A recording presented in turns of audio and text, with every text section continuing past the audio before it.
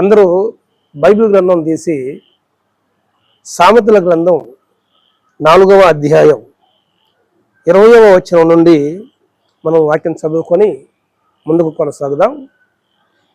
నా కుమారుడా నా మాటలను ఆలకింపుము, నా కుమారుడా నా మాటలను ఆలకింపుము, నా వాక్యములకు చెవియొగ్గుము, నా వాక్యములకు చెవియొగ్గుము.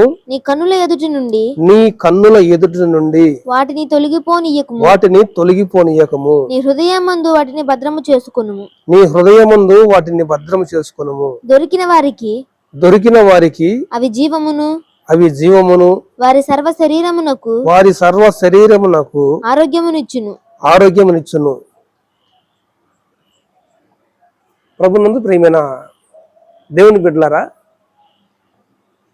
ఈ లోకంలో అన్నీ ఉన్నా, ఎండి బంగారం డబ్బు సంపద ఎంతున్నా ఆరోగ్యం లేకపోతే మనం కలిగి ఉన్న అన్నీ వృధానే. కాబట్టి ఆరోగ్యం మనిషికి ప్రాముఖ్యం అని మనం తెలుసుకోవాలి. అయితే ఈ ఆరోగ్యం కొరకు మనుషులు పడుతూ ఉన్న పాటలు ఎన్నో. ఆరోగ్యం బాగుండాలని ఉదయం లేవగానే జాగింగ్ చేసేవాళ్ళు, ఎక్సర్సైజ్ చేసేవాళ్ళు, ఉదయం లేవగానే ఆరోగ్యం కొరకు మంచి ఆహారం తినేవాళ్ళు. ఈ పాటలన్నీ ఫీట్లన్నీ ఆరోగ్యం కొరకే. అంత మాత్రమే కాదు, మంచి ఆరోగ్యం కొరకు మనుషులు హాస్పిటల్ చుట్టూ తిరుగుతూ ఉన్నారు. ఎన్ని మందులు వాడుతూ ఉన్నారో ఆరోగ్యం బాగుండాలని. ఈ ఆరోగ్యం కొరకు హాస్పిటల్ చుట్టూరు డాక్టర్లు, మనుషులు ఎవరు ఆరోగ్యం బాగు చేస్తారా అని తిరుగుతూ ఉన్నారు. ఏది వాడితే ఆరోగ్యం బాగొద్దా అని ఆలోచన చేస్తూ ఉన్నారు. ఏ మందుకు ఏ రోగం తగ్గుద్దా,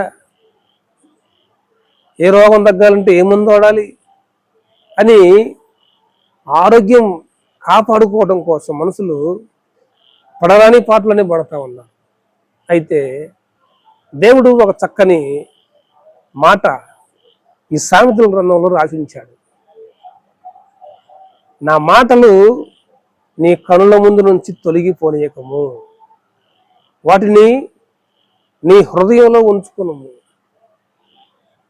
అవి సర్వ శరీరమునకు ఆరోగ్యము కలుగజేస్తాయని దేవుడు మాట్లాడుతా ఉన్నాడు. దేవుని బిడ్డలారా, ఆరోగ్యం ఎక్కడుంది? దేవుని వాక్యంలో ఉంది.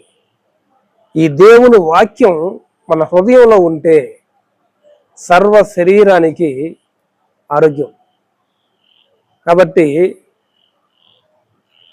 ఆరోగ్యం కాపాడుకోవాలంటే మొట్టమొదటిగా దేవుని వాక్యాన్ని మనం చదవాలి, ఆయన మాటలను ఆలకింపాలి.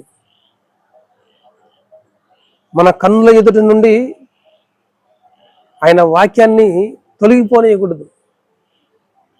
ఎప్పుడైతే హృదయంలో వాక్యం ఉండదో అప్పుడే మన సర్వ శరీరానికి జబ్బులు ఏర్పడతాయి.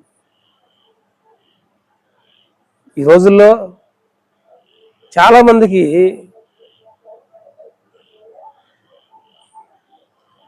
3 జబ్బులు, 2 జబ్బులు, 4 జబ్బులని లెక్కేసుకుంటా ఉన్నారు. ఎందుకు అన్ని జబ్బులు వస్తూ ఉన్నాయి?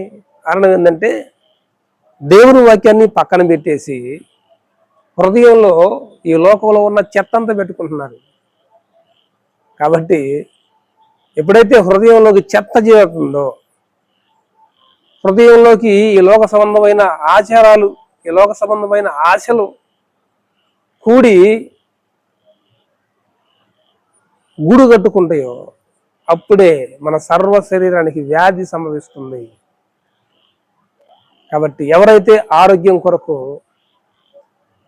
పాగులాడుతూ ఉన్నారో, ఎవరైతే ఆరోగ్యం కొరకు ఎదురు చూస్తూ ఉన్నారో, నాకు ఆరోగ్యం బాగలేదు, నేను మంచంలో ఉన్నా, నాకు ఆరోగ్యం బాగలేదు, ఎన్ని మందులు వాడినా తగ్గట్లేదు, ఎన్ని డబ్బులు ఖర్చు పెట్టినా నా రోగం బాగోవట్లేదు అనుకుంటున్నారో వారికి దేవుని మాట, దేవుని వాగ్దానం దేవుడి రోజు అనుగ్రహించి వారిని బలపరుస్తా ఉన్నాడు. ఆ మాట ఏందో తెలుసా? నీ హృదయంలో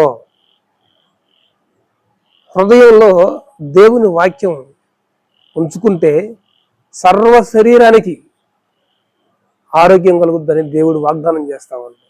కాబట్టి హాస్పిటల్ చుట్టూ తిరగొద్దు. అక్కడికి వెళ్తే బాగైద్ది, ఇక్కడికి వెళ్తే బాగైద్ది అని చెప్తే నమ్మొద్దు. మొదట నువ్వు దేవుని సన్నిధిలో మోకరించి ప్రార్థించడం నేర్చుకో. దేవుని వాక్యం నీ చెవులకు ఎంపతంగా వినబడనివ్వు. అవి నీ కనుల ముందు నుంచి తొలగిపోని మాకు. నీ హృదయంలో భద్రంగా కాపాడుకో. దేవుని వాక్యం నెమరవేసుకో. అప్పుడు నీకు శక్తి, బలము, ఆరోగ్యము, ఆయుష్కాలము దేవుడు అనుగ్రహిస్తాడు. కాబట్టి ఈ వాగ్దానం వింటున్నా నువ్వు, నేను, మనందరం ఆయన మన జీవితాలలో ఈ వాగ్దానాన్ని నెరవేర్చినట్లు ఆయన పాదాలు పట్టుకొని మనం, ప్రభువా మాకు ఆరోగ్యం అనుగ్రహించు. హృదయంలో దేవుని వాక్యం లేకుండా ఈ లోక సంబంధమైన చెత్త చేరి మాకు సర్వరోగాలు తీసుకొచ్చి పెడతా ఉన్నాయి. కాబట్టి ఈరోజు నీ వాక్యాన్ని మేము ప్రేమించి అవి మా కనుల ముందు నుంచి తొలగిపోకుండా మా హృదయంలో భద్రంగా కాపాడుకుంటాం అయ్యా అని ప్రభువుని అడుగుదాం. ప్రభువు మన జీవితాలలో కార్యం చేస్తాడు. అటు కృప దేవుడు మనందరికి అనుగ్రహించును గాక.